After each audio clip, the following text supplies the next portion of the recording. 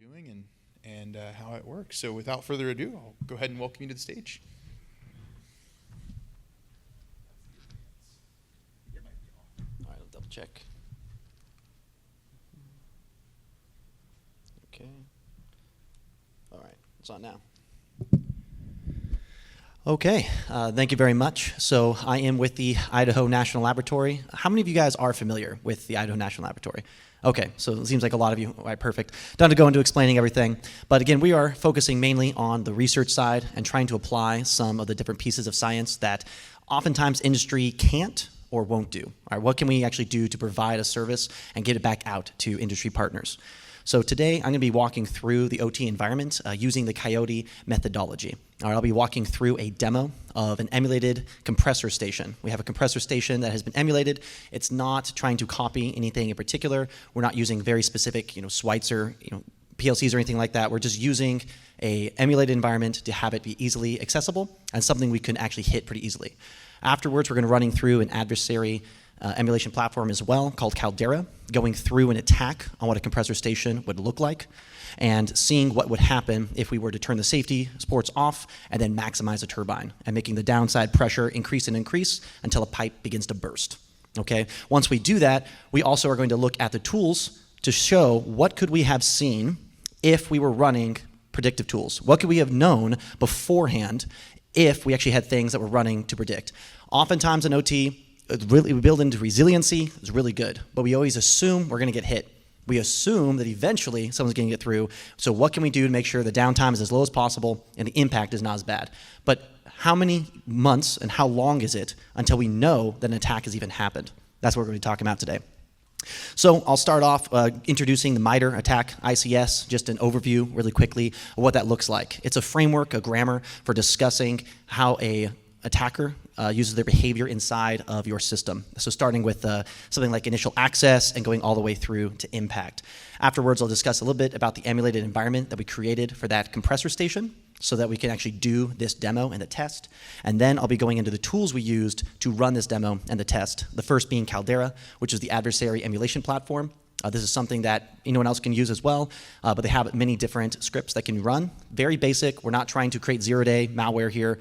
We didn't create anything in particular. We just ran very basic commands to scan your network, find everything that's on there, get valid credentials, and then move on. After that, we're also going to showcase Catch, which is the tool that I am the lead on. And this is the tool that allows us to collect and analyze the techniques and the tactics that an attacker or an adversary has used against our device. Finally, we pass all this information, the techniques and the tactics, to BAM for Bayesian analysis. The Bayesian analysis allows us to give a likelihood score of where an attacker is on that chain. Are they early in attack, just trying to get initial access and look for things?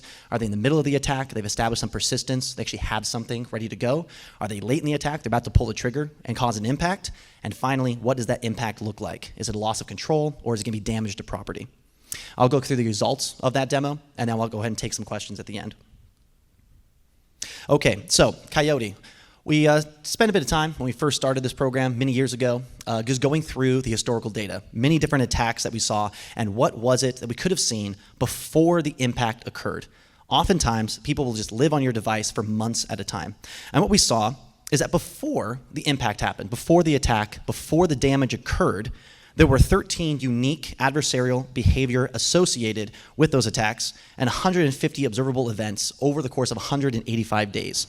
So over the course of 6 months, you could have known before impact happened, before something bad happened on your device, if you could have seen those observables happen. Also, the time to detect, investigate, and remediate the problem was on average 254 days, 8.5 to 9 months time it took before you could even identify the attack or remediate it. But if you had seen before it happened, before the impact occurred, could you have stopped it? The average disruption time of what we saw was about 69 days or 2 months. Not saying you had downtime for that long. Downtime might have been an hour. It could have been 2 days. But then you have to go in and find all the problems and make sure that everything's cleaned out and go through. And the average cost of the things that we looked at was over $600 million in damages for the ICS when it went down. It was a massive and huge expense for when these disruptions occurred. And you might have been able to figure it out 9 months in advance if you had the precursor analysis of what was going on. What happened before the attack occurred? Let's go ahead and discuss a bit of the grammar of what we did here with CyOTE. We're using the MITRE ICS attack framework. This allows us to talk about what happened each piece along the way. On the top here, you have tactics. What did the adversaries use? Okay, the tactics would be something like initial access or persistence, privilege escalation, evasion. You start with how can I get on your system? How can I execute on your system? How can I stay on your system? And these tactics or adversary behaviors can inform us where we are inside of the attack. Oftentimes, anything that's public facing is constantly being scanned. One of the reasons that false positives happen so much is because anything that's public facing, we know, is going to have people looking at it, going to have people scanning it, going to have people attacking it. Do we care that people are scanning us all the time? Sure, I would love to know every time it's an adversary that wants to hit me in particular, but there's so many times that happens that we're just going to get alert fatigue. Once again, over and over and over. I can't just look at 100 alerts every single day. I can't do that. So maybe I only care about later in the process. We're in the middle, when someone has a valid account. It could be an insider attack. Someone could have stolen or brute forced the passwords, whatever it is. Maybe I only care once someone actually has access to my systems. And then, when you get a little bit later in the attack, when they actually start trying to do some collection of my information, collection of what's going on inside of my ICS environment, maybe then that's when I actually care about the attack. Finally, at the very end of the process, we have impact. You're really going to care when there's damage to your property. You're really going to care when I lose my control or they begin to manipulate my control. That's when we have massive problems. So all these different techniques and tactics are what we mapped our observables to when we begin to look at this demo. Let's look about what is inside of each of these MITRE attack techniques. We'll look at specifically valid accounts. The first thing they're going to give you is just a basic description and where it lives inside of the tactics. So a very basic description of adversaries may steal the credentials of a specific user or service account using credential access techniques. They could steal it. Someone actually could already have it if it's an insider, or they could have brute forced the password. All right? But if you know here, up on the top, they actually live in two different parts of tactics. The first one being persistence. I want to stay on your device as long as I can. Upwards of those 9 months, right? I could be on your system for 9 months without you knowing, especially if I have a valid account. Who cares if an admin's remoting in? They're supposed to be remoting in. They're an admin. But if I have that admin and I have that account, I can be remoting in for 9 months as an adversary and you'll never know. The next one is for lateral movement. I want to find a specific account that's allowed to touch other machines, but even more importantly, get onto those machines. Because once I can identify whatever's running your HMI, whatever I can identify what's actually collecting your information, I can get on that, then I can touch everything else underneath it, especially if it's a valid account. I could create that valid account, but more likely I might just steal it or borrow it from somebody. The next thing that you see inside of MITRE is the procedure examples. When did this technique occur and at what time? These are the ones that they give a list of on their website. The 2015 and 2016 Ukraine electric power attacks, Allenite, Black Energy, InController, Oil Rig, and then Triton. And they use very similar methods, but each one is slightly unique. The first one would be in 2015, 2016 Ukraine, they laterally moved through the VPN connections and the dual home systems. Okay, Allenite, they just did phishing and watering hole attacks to gain these individual pieces, so the valid accounts that they wanted. Black Energy had valid administrator credentials. So they actually had admin credentials they were able to find, and they were valid all the way through the attack. InController, they just brute force passwords. And then Triton, they actually used the RDP jump boxes to jump right into the ICS environment. So again, valid accounts. This is not like a crazy idea. They're able to use real accounts and brute force them, steal them, a very simple phishing email, put in your credentials here, they can steal them. And when they do, they can get inside of your system. The next part is how would one detect this? MITRE actually has very generalized terms of detections. These aren't going to immediately tell you, okay, I can just do a snort rule, I'm finished. Okay, I'm not just going to create a network traffic off of these. But they give you a general idea of what is needed for this specific technique to occur, for a valid account to occur, and not remote system discovery or another technique. And that would be logon session or user account, and broken up beneath those are subsections, the session creation and the session metadata, and then the account authentication.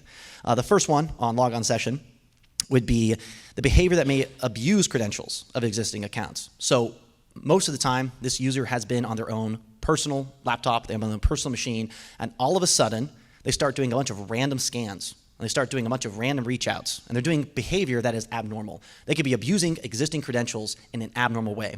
The second one would be suspicious behavior across systems that share accounts. So most of the time, I only access my personal device, but all of a sudden, my account is now logged onto and looked at 20 devices on your system, or 30, or just 2. Whatever it would be that's suspicious for that individual valid account. And the third one is the one that most of the time cyber guys think about. It's failed authentication. Oh, I tried to get authenticated 10 times, 20 times, 40 times. Oh, okay, someone's trying to brute force me. That would be the one that I think a lot of people jump to when they're trying to detect someone breaking into my valid account. But that one's easier to stop because you can make it so there's a limited amount of tries, and it's also easy to detect. The first two are a little bit more dangerous. Finally, MITRE gives out a list of mitigations. If you have this list and you do these things, you are likely to be able to mitigate people stealing your valid accounts. Again, a generalized list, nothing that is prescriptive, but it is something that says, hey, you should audit this. All right, you should not just leave it alone for that long. You should have access management. Seems obvious, but some places, hey, I have access management up here at the very top on enterprise, but once I get down lower and lower, eventually, I'm just gonna go ahead and whoever's in here is probably supposed to be. As you go down further and further, Active Directory, password policies, making sure you can't just type in 1, 2, 3, 4 and say that's good enough, okay, as we're going down. These things will help mitigate your valid accounts from being stolen or being abused. Now that I've walked through what MITRE ICS it looks like and how it feels, I'm going to go ahead and talk about the demo flow. So the first thing that I'm going to be talking about is Caldera, which is the adversary emulation platform that we're using. It allows us to run a campaign or mini scripts in a row, one after the other, and then use that information to perform an attack.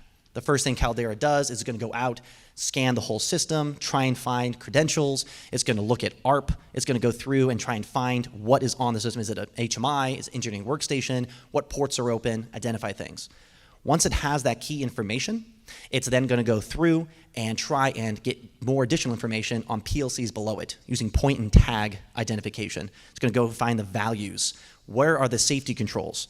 What are your range for your turbine of the compressor station? What can I do to affect this? And if I just modify one value, what is going to happen? They're going to try and identify that. Next, I'm going to go ahead and show you what the HMI saw. So again, this is just an emulated basic compressor station. I'm not trying to copy something in real world, but we just want to show the skeleton of what an attack looks like. But what does the HMI see? And how long did it happen? Because again, they could have been living on our system for those 9 months. The HMI, the suspicious activity only occurs in the last minute or two. And that's the first time, oh, I might have seen it if we weren't trying to detect it. Next, I'll go and show you what Catch actually got. Catch was running at the time of our demo and the attack, and in that moment of time that it was looking through the scans and what Caldera was doing, we can see what techniques we managed to detect and classify into those adversary behaviors. Finally, we'll be sending that to BAM for the Bayesian analysis, which will give us a likelihood score of early, middle, late, or impact, and what's the likelihood that that attack is from an adversary.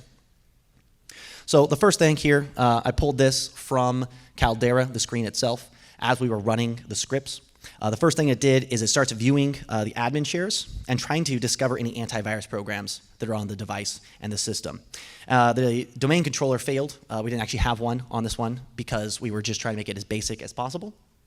Then it went on to permission groups. I wanted to see where the permission groups were in existence on this device, and it managed to succeed at finding that. It identified the firewalls, and finally it went and collected all the ARP details and started looking around. Next up, it did a big port scan, just wanted to see all the ports that were available and open, and once it did that, it was able to identify which ones were from PLCs, which ones from safety controllers, and it begins to hit them all with point and tag identification. And it goes through many of these, trying to identify all of the values that exist on the safety controllers, trying to identify all of the values that exist for, again, the turbine speed and what is the range that we're actually allowed to put in. Because you can't just put in an invalid range, even on an attack, or it might just fail. You want to put in a valid range to make a manipulation of control work and stick. Finally, it started doing a bunch of screen captures of the actual HMI, so it could see what the values for a human would be reading, so it's easier to interpret. So it just captured some of the information off the machine and just took it with it. So this is what Caldera was doing. First, it was looking for those valid accounts. The technique it was using was I need to find a valid account. I need a user or an account, processes, and the local user discovery. I need those accounts so I can start affecting the rest of the device. I need these accounts. The next thing it did was network connection enumeration technique, and that was identifying the PLCs and the safety controllers. It also did remote system discovery. It identified HMIs and the engineering workstations. It was looking throughout the system, looking for what could control it and what can I touch on this device, especially once I have these valid credentials. Finally, it started doing the point and tag identification, looking for those values. Each of these are techniques that we were able to actually associate back to MITRE. And finally, they target the turbine controller. What they did is they disabled the safety port. They turned a 1 to a 0, and they maximized the turbine. They increased the range to the highest level that it was allowed to be at, and just let it run. So they let it run without safety and at the maximum control, and that what it did is made the compressor station, the downstream pressure just kept on building and building and building until a pipe burst and caused damage to our emulated system. Let's go and show what the HMI live outputs were during this time. Everything was going normal. Everything looked fine. All right, and these are within 10-second increments of each other. There's moving on. All right, everything's good. Then all of a sudden, it begins to spike. All right, this is only 10 seconds later. All right, as we made this attack, we turned off the safety controllers, maximized the turbine, and within less than 30 seconds, it got to the point where the physics model that was running it on MATLAB crashed because the pipe burst and wasn't able to actually model that. When the pipe burst, the model crashed on us. But we got up to a very high pressure on the downstream pipe until it burst on us, showing that the attack was successful and was able to cause damage. But this whole line only lasted about a minute. Everything before here, the rest of the attack, which lasted about 15 minutes for all the scan and everything else, didn't show up here because 15 minutes of normal, and then the last 30 seconds of a problem. This might be the first indication that an operator has that something's going wrong. That big line that goes up, and then boom, that's it. But if you have something that can detect it beforehand, hopefully 9 months beforehand, you can help mitigate it. So what is the tool that CyOTE has been developing? It's called CATCH, a terrible acronym for Collection and Analysis of Telemetry for the CyOTE heuristic. What it does is it collects and it analyzes the techniques and tactics that are associated with adversary behavior. It has 9 detection engines that goes in, collects network information. It's going to collect your files and directories, syslogs, Windows logs. It goes in and tries to collect as much information as possible that's on your device and pull it out. After it has that information and the data that's now machine readable, it then goes and automatically detects 25 of the techniques that are in the MITRE ICS attack framework. It can't detect them all. There's some that are pretty hard problems like supply chain compromise. We weren't able to develop something that could detect all supply chain compromise. There's many other techniques that are out there that we're not able to detect. But what we're able to do is 25 of the techniques, we have the individual detections that we can pull out. Last, we output it in the STIX 2.1 format, which is a JSON file, structured threat information, expanded language. It's for data format for human and machine readable reports, allowing us to share it out to the rest of the people on our crew, but also share it out to a machine if they wanted to respond with it. The last thing it lets us do is easily share it with any other tools in the CyOTE program, specifically BAM. BAM can ingest STIX 2.1, which is just a JSON file, see all the properties, see all the tags, see all of the techniques and tactics being used, and then kick out a likelihood score that it is actually adversary behavior. And at what stage of this attack are we living in? That's a main benefit of using something like STIX. This right here is a STIX visualization of what we actually got during the demo. The first thing it did is we had 8 detected techniques or adversary behaviors along the path. All right, we found 8 of them. We had 13 specific adversary observables. These are the specific files, directories, point and tag information, network traffic that we saw that we believed were suspicious. Okay, we saw hundreds more and thousands, but we filtered it down to just the 13 that we thought were the most suspicious and put it into the STIX report. And finally, we had 10 different STIX objects that we assigned it to. Makes it easier to see. I'll go ahead and zoom in a little bit just so we can see. Right here, we started off, and we see that we have scripting. The scripting attack was what was running Caldera. So Caldera was just running a bunch of scripts over and over again to do the attack, and they managed to gain valid accounts. Valid accounts was the second piece here. We go through, and we have different attacks like remote system information discovery. Again, we had that point and tag. But finally, the last 2 pieces at the very end here are the impact statements. And the impact was that loss of control, the manipulation of control, and the damage to our property. All of that we were able to see using catch and then also reporting tools from a human observer. The last two specifically would be from the human observer on the HMI seeing that the pipe burst and there's a massive manipulation of control on those safety device systems. The rest, though, before the impact occurred, we were able to detect using catch. Catch was able to find those, categorize them into techniques that an adversary can use according to MITRE ICS, and then put them into a human readable format. So we actually can see what that looks like. What does that allow us to do, though? That allows us to put it right here. We're back at the chart, okay? So these are the ones that we actually saw in that attack. The previous one with sticks is interesting for an analyst, but this right here might help us easier to tell others what was going on in this attack. Again, begins with scripting over on the left. They stole our valid accounts. They went over to discovery. They wanted to find what was happening. Network connection enumeration, remote system discovery, right? They moved across to try and find the HMI that was running everything.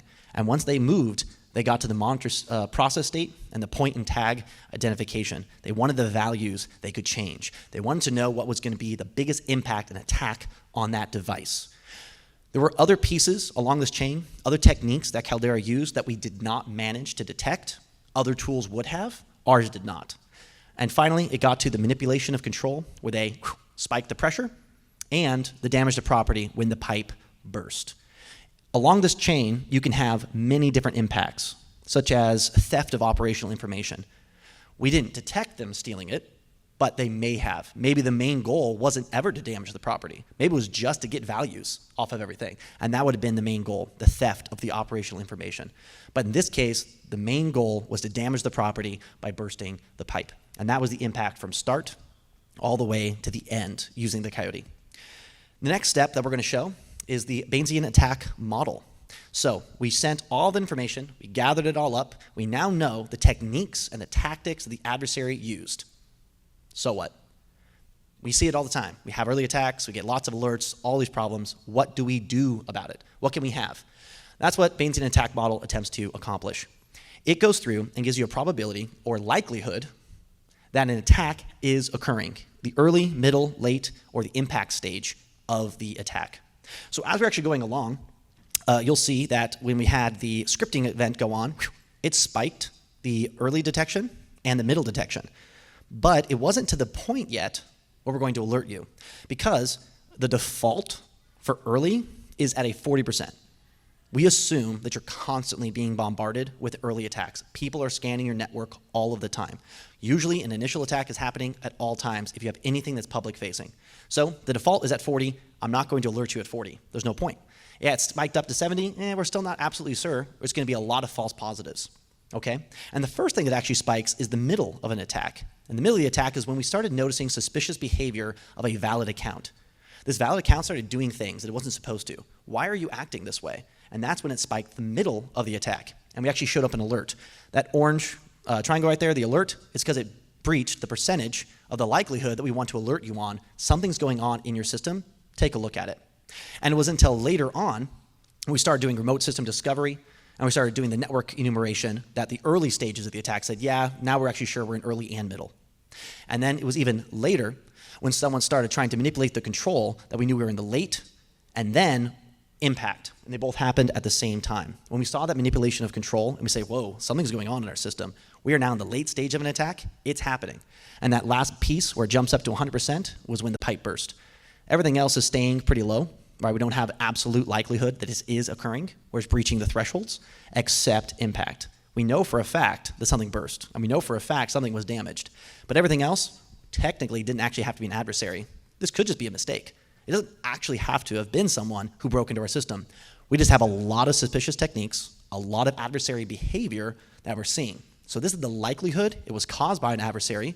Here are the pieces, the artifacts, the files that we saw that we think are part of the adversary behavior. And then this is the impact. There is damage going on to your system.